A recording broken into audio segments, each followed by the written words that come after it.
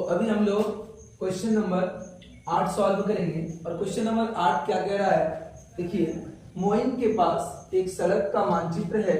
इसके पैमाने में 1 सेंटीमीटर की दूरी 14 किलोमीटर वास्तविक दूरी निरूपित करती है। क्योंकि पैमाना छोटा होता है ना, और सेंटीमीटरों में होता है, तो 1 सेंटीमीटर 14 किलोमीटर को डिनोट करता है या निरूपित करता है।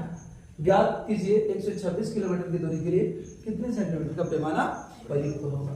तो आइए सबसे पहले क्या करेंगे, सॉल्व करते हैं। और सबसे पहले हम लोग क्या करेंगे, मान लेंगे। क्या कर लेंगे, मान लेंगे। माना 126 किलोमीटर की दूरी के लिए, क्या करेंगे, दूरी के लिए प्रयुक्त पैमाना ना, प्रयुक्त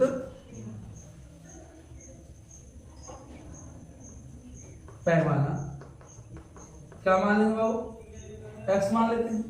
हाँ, क्या मान लेते हैं, x मान लेते हैं। चलिए, तो आइए सबसे पहले क्या करेंगे, सारणी बनाएंगे। और ये जो दूरी है ना, एक क्या लेंगे, सेंटीमीटर में।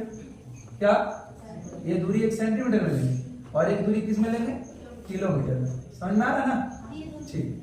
अभी देखोगे कितना सेंटीमीटर था, 1 सेंटीमीटर। जब 1 सेंटीमीटर था तो 14 किलोमीटर हो रहा था, आया ना, ठीक। अब कितना है, 14 किलोमीटर, ये 14 किलोमीटर 126 किलोमीटर है, तो कितना सेंटीमीटर होगा, यही तो पूछ रहा है।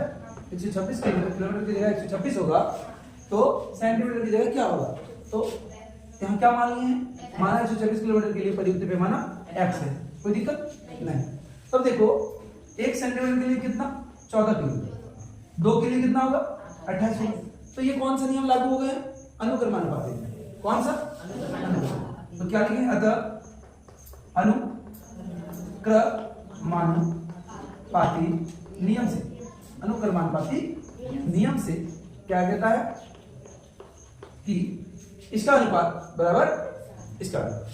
तो इसलिए क्या करोगे, 1/14 बराबर x बटे 126। अब क्या करेंगे, क्रॉस मल्टीपल करो। 126 इधर है, यहाँ क्या हो जाएगा, 1 × 126 और बटे में 14 है, रहने दो ना, और x को भी रहने दो। मतलब ये 126 इधर भागा में था, इधर आया तो इसके साथ गुना में हो गया, इधर नीचे था ऊपर आ गया, ठीक। इसको ले जाने की जरूरत नहीं है। इधर आइए सॉल्व करते हैं। तो 14 का बड़ा में 126 आता है क्या, 14 का बड़ा में 126 आता है क्या, बिल्कुल आता है। कितना बार पढ़ने से, 9 बार। तो ये तो कट जाएंगे ना, एक काम करो ना, 126 को 1 से गुना करो तो क्या होगा, 126 बटे कितना है, 14 इक्वल टू x है। 14 का बड़ा 9 बार पढ़ेंगे तो 126 आएगा। तो x बराबर क्या आ गया, 9, या इधर करके x बराबर 9 कर दो, ठीक। ठीक, कोई दिक्कत नहीं। अतः क्या लिख देंगे, अतः 126 किलोमीटर की दूरी के लिए प्रयुक्त पैमाना ना, अतः प्रयुक्त पैमाना शॉर्टकट में लिख सकते हो। प्रयुक्त पैमाना बराबर क्या हो जाएगा बाबू, 9 सेंटीमीटर हो जाएगा। समझ में आ रहा है, कोई दिक्कत है समझने में। देखो x किसकी जगह माने, सेंटीमीटर की जगह, इसलिए आप यहाँ सेंटीमीटर लिखिएगा, हाँ किलोमीटर में। किलोमीटर में तो ये दिया है 14 और 126, इसका ये, इसका नहीं दिया था, इसका निकाल ली। कोई दिक्कत है क्या, ठीक। तो चलिए अभी हम लोग क्वेश्चन नंबर कितना सॉल्व करेंगे, 9। क्या कह रहा है क्वेश्चन नंबर 9, 1 दर्जन केले का मूल्य 30 रुपया है, तो 360 रुपये में कितने दर्जन केले मिलेंगे। तो सबसे पहले हम क्या करेंगे, सॉल्व करेंगे और लिखेंगे माना, क्या बाबू, माना 360 रुपये में, कितना, 360 रुपये में केले बराबर क्या, x दर्जन। क्या मान ले हैं, x दर्जन, ठीक। उसके बाद हम क्या बना देंगे, सारणी बना देंगे, ठीक।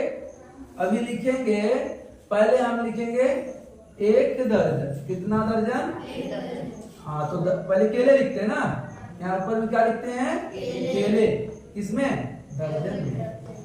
केले किसमें है, दर्जनों में है ना, दर्जन में लिख दिए। और रुपये है ना, रुपये। तो 1 दर्जन केला, 1 दर्जन केला कितने रुपए, 30 रुपए। और कितने रुपये दे दिया है? 360 रुपये दिया है। तो कितने दर्जन केले मान के रखे हैं? x दर्जन केले। 360 रुपये में x दर्जन केले। दर्जन यहाँ है, यहाँ x लिख दिया, ठीक है। चलिए अभी आप देखेंगे कि एक दर्जन केला का दाम कितना? 30 रुपया। 2 दर्जन केले का दाम कितना? 60। तो जैसे जैसे केले का मात्रा बढ़ेगा वैसे वैसे रुपये ज्यादा लगेंगे, है ना। तो यह कौन सा नियम लागू होगा? अतः अनुक्रमानुपाती नियम से। क्या कहता है अनुक्रमानुपाती नियम? कहता है कि 1/30 मान इसका अनुपात बराबर x/360। 360 इधर बटे में है यानी हर में है, इधर ले आएंगे तो सीधे अंश में आ जाएगा ना। तो 360/30 इक्वल टू x। एक काम करो, x को इधर लिख दो। क्या करो? x को इधर लिख दो और 360 से 1 को गुना करोगे 360 होगा और बटे में क्या होगा? 30 होगा। कोई दिक्कत? समझ आया ना। x को हमने इधर लिख दिया और बाकी सबको उधर ही लिख दिया, इसमें माइनस प्लस नहीं होगा। ठीक, दायां पक्ष वाला पूरा उठा के बायां पक्ष में लिख दोगे या बायां पक्ष को उठा के पूरा दायां पक्ष में लिख दोगे तो इसमें माइनस प्लस नहीं होगा। ठीक है, इधर उधर कर लिया, ये पूरा उठा के इधर, ये पूरा उठा के उधर। तो फिर क्या हो जाएगा बाबू?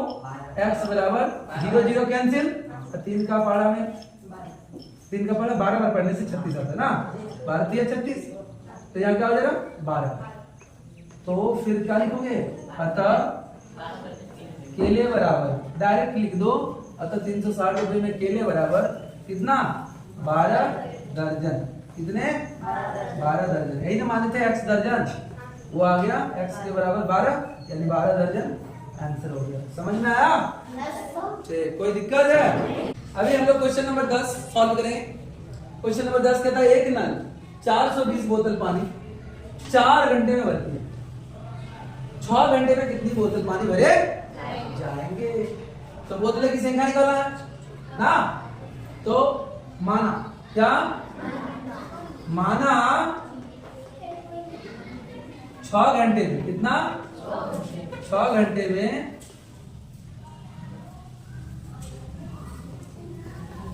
6 घंटे में भरे गए, क्या भरे गए? हाँ, बोतलों की संख्या या बोतल कितना? x मान ली। उसके बाद एक हम क्या बना लेंगे? सारणी। और ऊपर में क्या लिखेंगे? बोतलों की संख्या ना। ये बोतलों की संख्या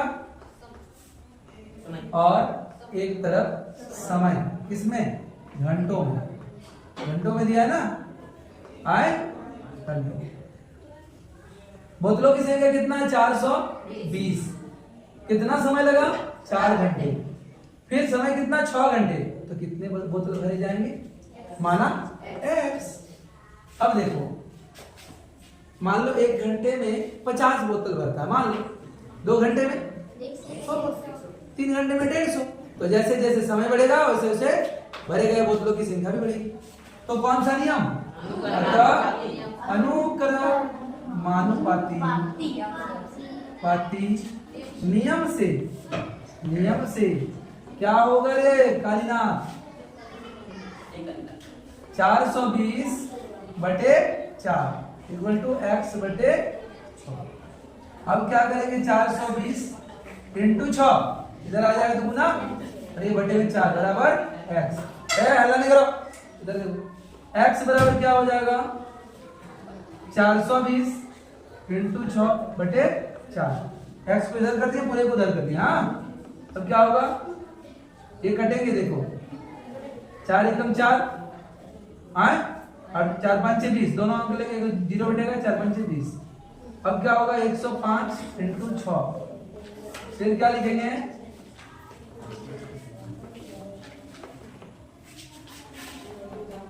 फिर क्या लिखेंगे बाबू? x बराबर 6 पंचे 30 के 0। 6 का पड़ा 0 बार पड़ोगे तो 0 0 और 3 3 और 6 एकम 6 यानी 630 बोतल। मतलब क्या लिखोगे? बोतलों की संख्या। किसकी संख्या? बोतलों की संख्या। भरे गए बोतलों की संख्या 630। समझ में आया? कोई दिक्कत? सीधा और प्रतिलोम समानुपात का अंतिम क्वेश्चन और यहीं पे खत्म होता है। ठीक, तो सीधा और प्रतिलोम समानुपात समझ में आ गया? क्या समझ में आया एक बार बता दो। यानी जैसे जैसे कोई चीज एक राशि जैसे जैसे इधर बढ़ेगा तो दूसरा राशि भी उसके साथ साथ बढ़ेगा ना। अगर मान लो 2 रुपया में 1 कलम मिलता है तो 4 रुपया में 2 कलम मिलेगा। मतलब जैसे जैसे पैसे बढ़ेंगे कलमों की संख्या बढ़ेगी ना। कोनो भी चीज में अगर एक राशि बढ़ेगा तो उसके साथ साथ दूसरा राशि भी बढ़ेगा। इसी को क्या कहते हैं? समानुपात या समानुपात। ठीक है, या अनुक्रमानुपाती। ठीक।